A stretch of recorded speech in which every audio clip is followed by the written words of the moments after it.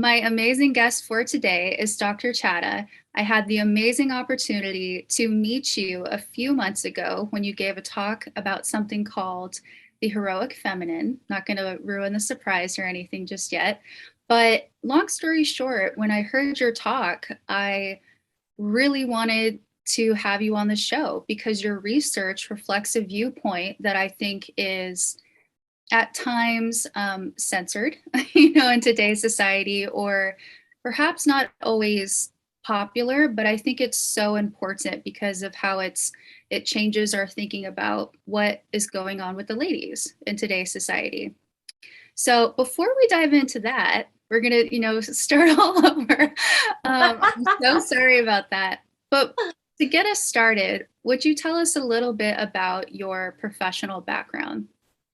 So sure. And no worries, technology is quirky. So you live and you learn. Yeah. So thank you for having me on Yeah, and, thank you. round two. Round Um, two. Yeah. so I'm a psychiatric physician, and that term is just a more accurate description of what a psychiatrist is. So I'm a medical doctor. I treat brain diseases with medication and usually head up a treatment team underneath me, which has psychologists and social workers and nurses, rehab therapists, the works. So I treat patients with mental illness, and I currently treat inmates. And for the majority of my career, though, I worked in a state hospital. I was chief of medical staff there, and I treated ladies. And obviously, all the hormonal and life cycle changes that come with being a woman and how that affects your brain and your mind. I've also worked in forensics in that subspecialty area where I treated defendants and would examine them and write reports and testify for the courts. So that's kind of in a nutshell the kind of jobs that I've held. And currently I'm treating men, but of course, being a lady, I still have a keen interest in what we face in our society today. Okay. So this is making more sense to me because when I, got a chance to know you a little bit, I was curious as to what was the path. How did we go from working here to now researching something called the heroic feminine? But now this makes a lot of sense. Your experience with helping the ladies. So, and that brings us to the actual heroic feminine talk. If you could sum it up really in one sentence, what is the core of your research? What's the focus? Well, one sentence might be difficult, but I'm trying to help women, and I can't do it myself. I'm going to need all of the ladies listening today and as many as I can get help. I'm trying to help us navigate a world where we have more options, essentially. For the majority of history, we didn't. And feminism came along and said, hey, we'll help you, but feminism missed some opportunities and maybe even harmed us ladies. So that's a run-on sentence, but I'm trying to help us navigate this brave new world post-birth control. Yeah. So I remember you talking about a big emphasis on stories, how men had a story and women kind of had a story, but then it went away. Did I remember that correctly? Explain Yeah. the story part of your research. So narratives are really important. I mean, you're a historian, so you understand that, whatever narrative, like sometimes when people look back at history and they tell the narrative a particular way, forever you're going to view that event, even if that's how it happened or not. So stories help us navigate this really complicated world that we live in. And for men and for women, we wanted to create stories, whether they're in our religious texts or in our culture or morals or fairy tales or whatever, so that we can become more successful, so we can see how to navigate the world. And in the past, men had and still have the hero story. In the past, it was maybe fighting against nature, which, is terrifying if we don't have our modern luxuries, or, fighting invading tribes. And the hero story, wherever you go in the world, is pretty much the same. And currently the hero story is, hey, get an education, get a career, slay those, corporate dragons or whatever it may be, academic dragons. And women for the longest time had a heroine story, and it was very constrained. It was constrained to what I call the maiden, mother, matriarch triad, because women, were either looking for love, or they were married and raising their children, or they were kind of like the wisdom givers in their society, and those were the roles. And so as a hero story grew, as our society grew more complex, the heroine story didn't until reliable birth control. So, that's when our options exploded. And before and now, actually less now, but people obviously like to have sex, and sex leads to babies. And so in the past, the role of women was babies mostly, and it's not anymore. And what I really want to get across to women is I'm not trying to put the cat back in the bag. We're not trying to say, hey, we're going to go back to when we could only be moms and wives. But in saying that being a wife and a mom is somehow backseat to everything else, all the new options we have, did we cause some problems? And feminism said, hey, we can help you solve this brave new world, like where you have now your women are doctors, and they're historians, and they're church leaders, and they're judges, by simply saying everything feminine is gross, like that whole marriage motherhood stuff, super gross. So why don't you just enact the masculine and do the whole career path the way a man does it, and ta-da. But obviously a lot of ladies are not fulfilled or happy right now. So we do have a problem, and we do have to talk about it. Yeah. And I love you explain it so much better than I do.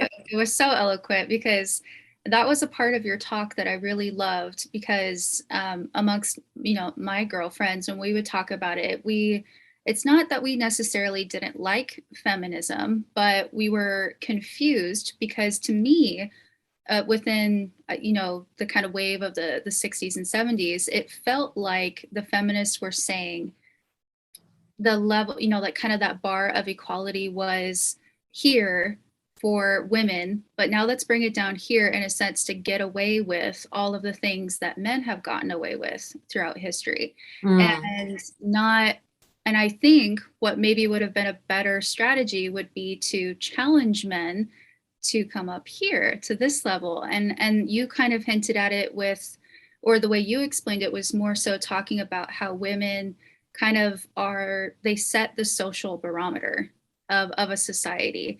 So, I mean, that was my silly way of explaining it. I never understood why a lot of feminists were kind of like, we just want to get away with all of the things men have gotten away with, instead of challenging men to be the best version of themselves that they could be, to, be that part of society. But could you explain a little bit more about what you meant by the social barometer of society, or how women really, how important they are in that? So I first want to say that, we can talk about men and women, and we can also talk about the masculine and the feminine. And every person, regardless of what gender you are, has masculine traits and feminine traits. And what does the masculine do? Well, the masculine is something that builds wealth. Masculine traits are being competitive, traits in business, and they're really important for a society to thrive. The feminine, what it does is the feminine can balance that. So, in America, we had this fantastic movement, which I'll probably touch on later, called the Women's Civic Movement, where women had a parallel power structure to men in society. This is the only place in the world that I know of that this happened, which is another reason why America is so wonderful. Where women had this emerging power structure, and women ran charity organizations, religious organizations, social movements, things like that, which helped balance that wealth that we were creating, to make sure that orphans and widows weren't left behind, to make sure that the quality of milk wasn't just all about profits, where they were adulterating the milk, but it was actually milk that their children were receiving. So we have a balancing force. And even within ourselves, when we are out working, like, feminists said, hey, be the masculine. Okay, so that's fine. But even then, if I use my boy energy or masculine energy to pursue an education and a career, Still, a female physician is different than a male physician. We have a different style. Maybe we're a little bit more nurturing in some ways. I mean, maybe not, but there are traits that are relegated to the masculine and the feminine, and we choose to balance them as we do.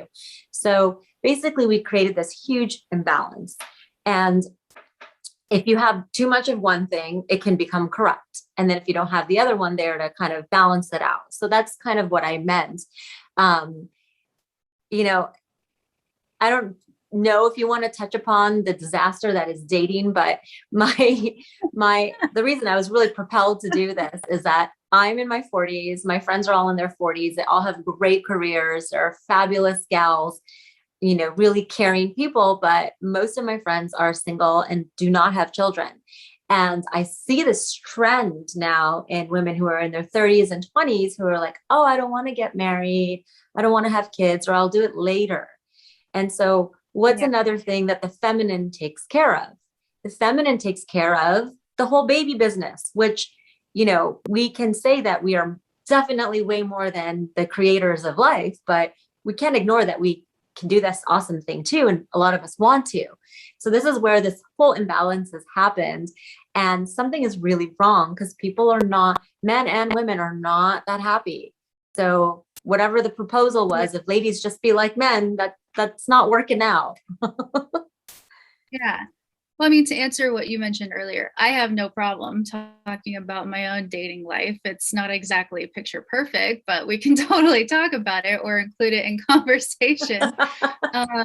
Because another part that I remember from your talk was you started going into what was going on with hormones, and how that's impacting the men that women choose to reproduce with. And that was fascinating to me because I was put on birth control at a pretty young age and I wasn't sexually active. That's not why I was put on it. I was put on it because I was told it helped with migraines, which is something I've dealt with for a long time. Only to find out in my late 20s that it was really impacting the type of men that I was dating. And I didn't really, it's like I didn't understand how much of an impact that had or what was going on with the hormone side of it. So I would definitely love if you could share more about that part of your research because that was fascinating. So, I'm going to use a nerdy term and say, well, this was a side effect of birth control. This is a societal side effect, And again, if you are telling ladies that you've got to enact the masculine, and so then you have to turn off your feminine, which includes your reproductive system to some extent, turn it on and off like a faucet, you're going to have consequences because I tell all my patients, meds, we don't have these targeted pharmaceuticals where your meds go right to the organ that we want and only work there and then say, oh, we can't go anywhere else. So you have a circulatory system, you have a blood-brain barrier, and hormones, you have a lot of estrogen receptors in your brain. So birth control is a very, ubiquitous thing. It goes everywhere in your body. It doesn't just shut down your ovulation. It affects how men smell to you. So I don't know if you've heard of this phenomenon that we don't know how to select very well using whatever social criteria that we need to. We've lost that in our society. But in addition to that, and everyone lies on social media, so it's even harder to select. But in addition to that, women will marry men and they will go off birth control because they'll decide to have children. And then they just can't stand the way their husband smells. And that initiates research shows that initiates a chunk of divorces. And the scientific reason behind that is that we have these immunomarkers, and you want to select someone who has very different markers than you, so you get a nice broad immunity complement. And if someone's too genetically close to you, then they're going to smell weird, which is why you're like, I'm always like to my brother, like, why are you so stinky? I'm just kidding. But so it changes your selection. And like I said, we're not even understanding or teaching how to select in general. And then you add this biological complication. But who would be thinking about, birth control and fertility it would be in the domain of the feminine. And now that the feminine is like gross, ew, not a baby factory, all these questions are not being asked even, so we can't answer them, and we're having all the consequences. Yeah, that's a good point. And that's something I really don't understand about our society today. Why uh, feminine qualities are looked down upon so much, or why quote unquote feminists are so upset about being feminine that they don't like, I mean, like I would advocate for equality between the sexes. I think like any logical person would, but uh I'm not ashamed to be feminine, to be a Yeah. woman. That's what I'm not understanding about a lot of the emphasis on the word radical feminists today, the ones who don't necessarily Yeah. understand the So history maybe of the movement. sorry, you cut out for a second there, but yeah, so maybe a little bit like a quick couple sentence dive into history would help. So all around the world, women have faced oppression and they still do. And we can look at Afghanistan right now. It's a total disaster, right? But if you look at America, we had this parallel power structure. And if you want to look at the history of the women's civic movements, they started with women who were trying to bring the morality of the Christian home into society. So it started out religious women, upper class women, upper middle class women who had disposable time to basically engage in religious and charity organizations. But this movement really transformed into women in Black society and women of all socioeconomic status working together to set quality standards in industry, um, like to advocate for policy. I mean, prohibition was from women. A lot of the abolitionist movements were from the women's movement. So women actually had this great emerging parallel power structure. And then what happened is in the 1920s, the progressives had a moral panic. They didn't want women to not have babies and not stay in the home. So the progressives in our government squashed the women's civic movement.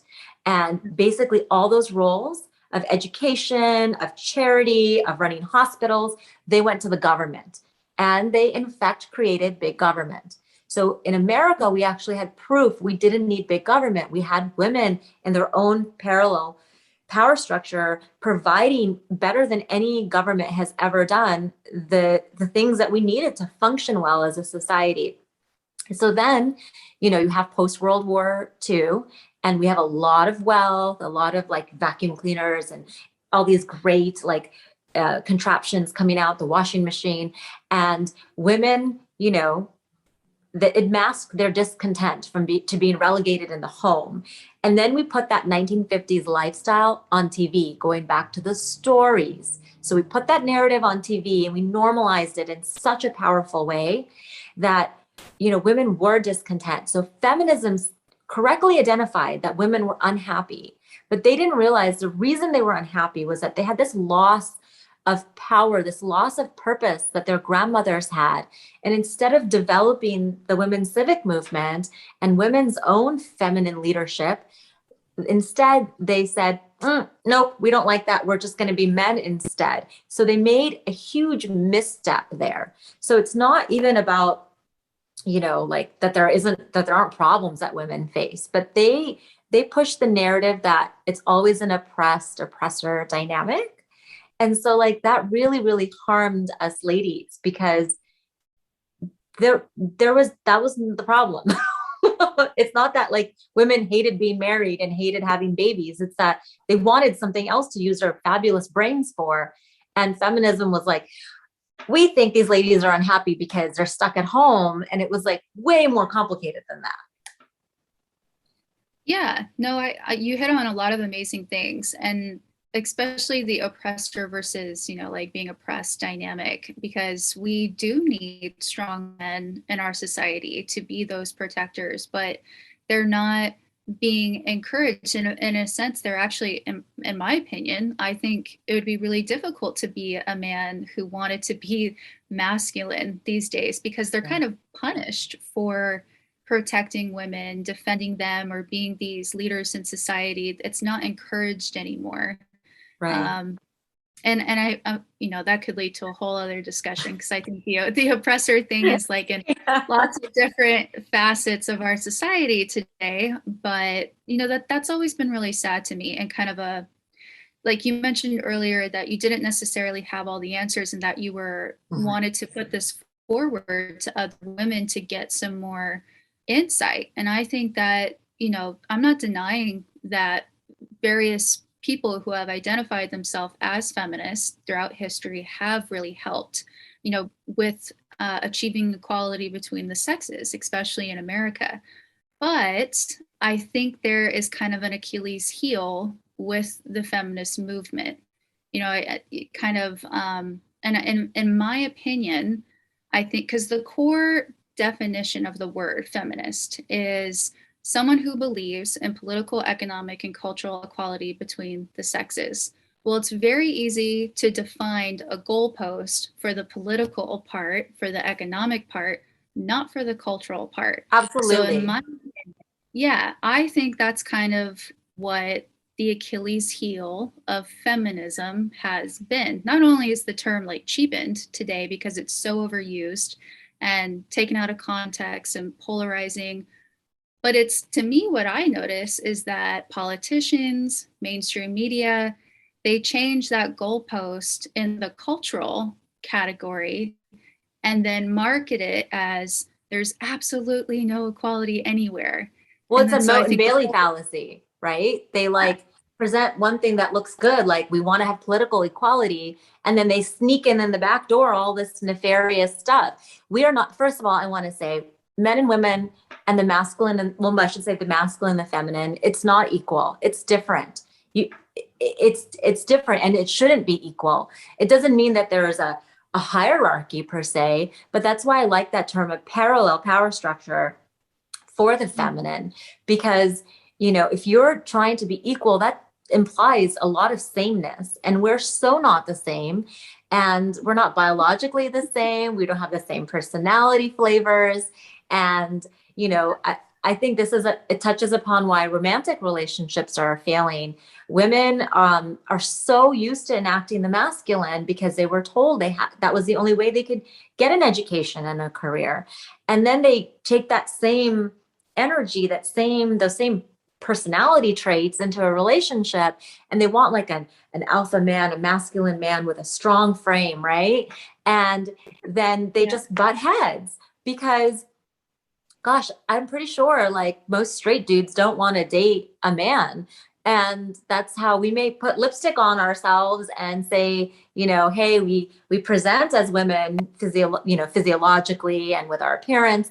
But if our personality approach, if we're not developing the cool things that are feminine traits when we go into a relationship, it's not going to work. And at the same time, yes, like I like to joke, everyone's now being taught to enact the masculine except for men.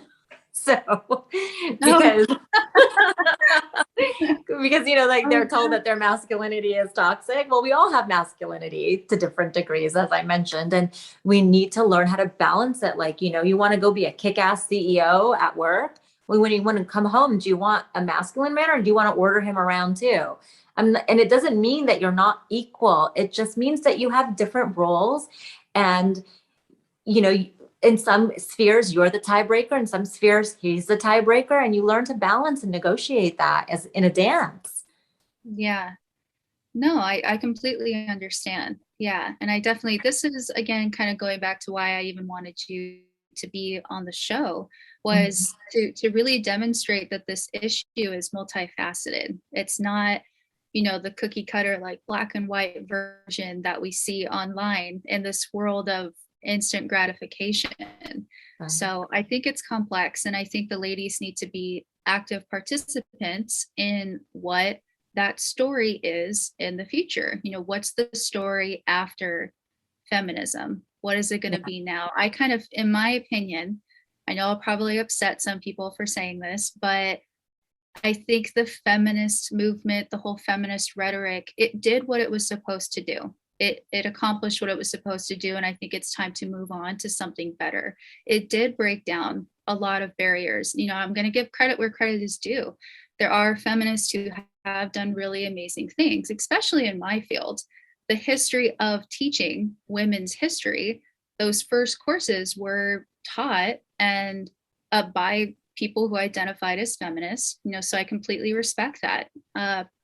But it's kind of like, well, I think the women of today, if we're really going to progress, we need to create something new. We need And we to need to move start forward. asking questions like, why isn't there childcare in colleges, not even in Christian colleges? I mean, why doesn't corporate America say, hey, we respect women, really respect women and their declining fertility, which fertility is declining for men and women now. It's literally falling off a cliff. So we respect women and we're going to let them pursue their marriage and motherhood or whatever combination they'd like. And then we'll fast track them into our business later. Because, especially like on the conservative side, if we say that we're really for, women being able to enjoy that motherhood, which you only have a small window to enjoy it in, then why don't you hire women later and then fast track them, like, so that they can achieve everything they needed to achieve later in life. And that's what the women's civic movement had done. Those women had, traditionally gotten married, had children, and then entered the civic movement. And so, but society supported that until, there was this panic about where all these ladies are not going to do this, wonderful thing that we do for society. And, women, a 20-year-old now is less fertile than her grandmother was at 35. And sperm counts have dropped by 50% in the last 20 years. And it's because we have plastics and endocrine disrupting hormones everywhere. Endocrine disrupting chemicals, which mess up our hormones everywhere. So we have an urgency, like we really need a response, and we need to ask the questions so we can find the solution. So these are just some of the questions that I've thought of as, a without children, 40 something year old, is that why doesn't medicine, like my field that says pregnancy is not a disease, why don't we support pregnant residents and medical students better? Like why do we say that, oh, it's such a beautiful, wonderful life? And even in OBGYN residencies, we don't support women better.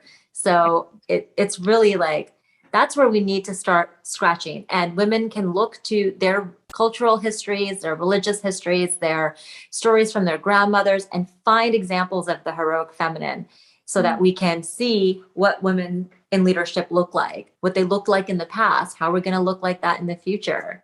Yeah. Well, I want to backtrack just a second because you mentioned something that was really intriguing to me. You said that male fertility is declining. And I was always taught that men can reproduce basically till the day that they die. They can, they're good. It's the women who have that really, really specific biological clock time frame. So what did you mean by that exactly? So first of all, just to get the process of baby making started here, without getting too graphic, a quarter of the men that are seeking erectile dysfunction drugs are under 40. And so that already shows you that there's something in our lifestyle. We're not promoting health and fitness, lowering our risk for diabetes and high cholesterol, which all contribute to erectile dysfunction. Porn, which is ubiquitous, which causes dopamine depletion, which also contributes to erectile dysfunction. I know men do not like to hear that, but if you want to watch porn, hey, do your thing, but you got to realize there may be consequences. And in addition to that, men, their sperm have to be of a certain caliber, right, to make it to the egg. And so now sperm are not only, the counts are lower, but they don't have the aerodynamic shape that they need. They don't swim in the proper direction that they need to. And the DNA that they're carrying is faulty. And the main culprit of that are phthalates, a chemical compound called phthalates, which is found in plastics. And now they're coming out with phthalate-free plastics, but even in the building materials in your home, in your toiletries, in our makeup, and, we were like, oh, Windex or whatever, all these things have chemicals that interact with our hormones. that store in our fat. So the more overweight we are, we store these chemicals in our fat, and they disrupt fertility in both genders. Wow. Okay, I didn't know that. The good news Uh, is, I want to give some good news. The good news is a lot of these things are reversed by lifestyle changes. So drink less. I know all of us drank more during the pandemic. Drink less, exercise. Don't get everything in plastic. Like, get your little glass Tupperware if you can. Try to buy greener products for your home instead of, if you want to use Lysol here and there, don't use all of Procter and Gamble or whatever. I mean, I shouldn't say call out one company, but yes, they're all disrupting and hormone disrupting, and we need to find more natural solutions. But there is hope, and people can still get pregnant. It's just harder. And if you think your 20s are to party and your 30s are to find someone, then when are you going to have your babies? I mean, advanced maternal age is 35. And I remember when my OBGYN told me that on my 34th, my last night of 34, I had a OBGYN appointment. She's like, "Oh, you should freeze eggs." And I was like offended. I was like, "Oh, how dare you?" But I mean, it's like we get angry at reality now. And yeah, that's a theme of today. yeah, Oh like, we gosh, don't like it, so it's wrong.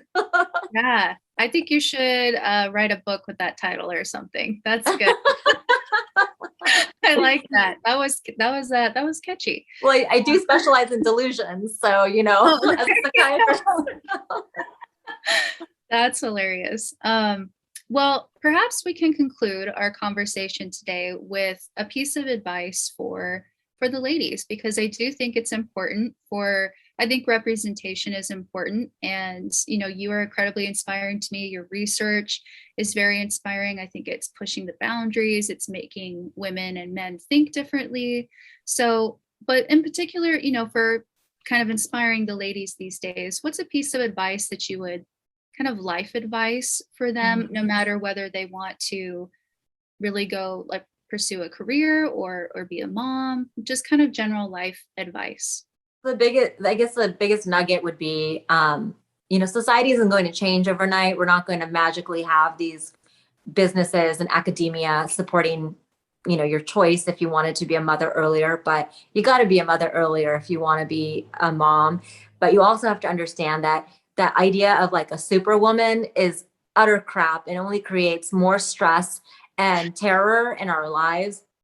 No one can have it all, and certainly not at the same time. So you can have all the things you want, hopefully, in succession or with support. So taking that idea, like that other delusion or fantasy away, that you're somehow supposed to, find a husband and get married and have children and, be CEO or, tenured professor by like 35 is unfair. Our society doesn't support it, but start making some noise so that it does, and keep it in the back of your mind.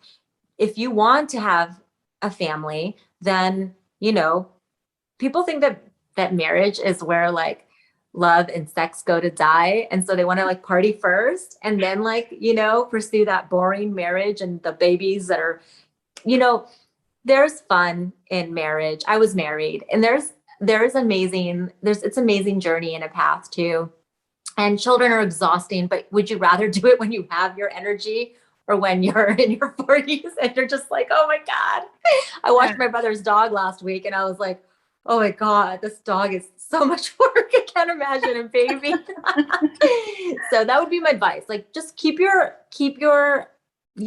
awareness going, that if you want certain things in life, you're not a superwoman, you're human, and that's beautiful, but you're going to have to start balancing some things and focusing on things that society tells you are gross, which is what we tell ladies that marriage and motherhood is now. And that's just such a disservice, because my sister is married, has 2 kids, and I'm just like, oh, I love my niece and nephew. And, there's such a wonderful thing to that too. It doesn't, having a MD or PhD doesn't keep you warm at night. So, balance it out. That is true. The harsh reality is that is true. Yeah, I know. And I know I'm going to Actually, make a lot of ladies mad by saying that. And, But like I'm a little bit of a cautionary tale if you think about it. And I love my life and I'm very grateful. But at the same time, I really wish I would have prioritized things a little bit differently. And I just didn't believe in time. I had a delusion. I didn't believe in it. And it's a reality. It is, and even I mentioned to you after your talk, I even had someone go so far as to tell me when I was in school, not going to name names, come after anyone, but it did happen. This is being said to young ladies. I had an anthropology professor tell me that the biological clock wasn't real, that it was a social construct, and thank goodness I was like, I don't think that's true. but still, there very well could be young ladies who hear that and totally believe it and then Yeah. get down the road and, kind of I have will to. tell you, as a practicing licensed and board certified physician, that is total crap. We can do IVF, we can freeze eggs, and guess what? That's still not foolproof at all. And the fact that we don't tell women that is so tragic. The fact that we tell women that if you get an education and a career, you're going to get the same reward as men, which is a family, perhaps, if they want it, is a lie. Men get educated, they get a career, and then they're eligible to all the lovely ladies, and then they can have a family. But ladies, when they get educated and they have a career, they only have declining fertility waiting at the door. And that's not true for everyone. Science is awesome. We have some advancements. So I don't want to be all doom and gloom, but we have a reality. And, like, so learn to select a good guy. If you don't need to be on birth control, don't be on it. So he smells the same after you go off. And find a team so that maybe he'll work on the career first and then you will. Like, find a community where that's kind of set up. I mean Mormons still do that really, really well. So Yeah. There are communities that do that. Like, my mom has been flying to my sister like all the time to help with the babies because she's an executive at a European company. So, it's possible. You just have to have those conversations with your family and your support network on how you're going to do it. I actually have a better idea for how we can conclude the conversation. Okay. You gave me, if you don't mind me sharing, just yesterday, you texted me a piece of dating advice, and I thought it was awesome and hilarious, but like so to the point. And it was good. So if you don't mind sharing it, maybe let's conclude with that. So, first date, something you should learn by age 15, because really that's when you start dating usually, first date is to rule out a sociopath. And we have become so good at lying in our culture. We lie with our filters. I mean, we all do it. I have a ring light right now. We lie with our filters. We lie with our makeup even. We lie with, some people lie with their age, their weight. They lie with what their dreams are. They lie with their, like, girls and guys lie about what they're into so that the other person likes them. We've rewarded lying. So the first day you should be able to sniff out a sociopath and rule him out. That's the number one selection skill. I love it. That was epic. I love it so much. Thank you so much for being here on the show. I really appreciate it. And I would love for you to hopefully, come back and join us again as you continue on with your research, because this is amazing and very helpful. Thank you. I would be happy to. Thank you for having me. Yeah.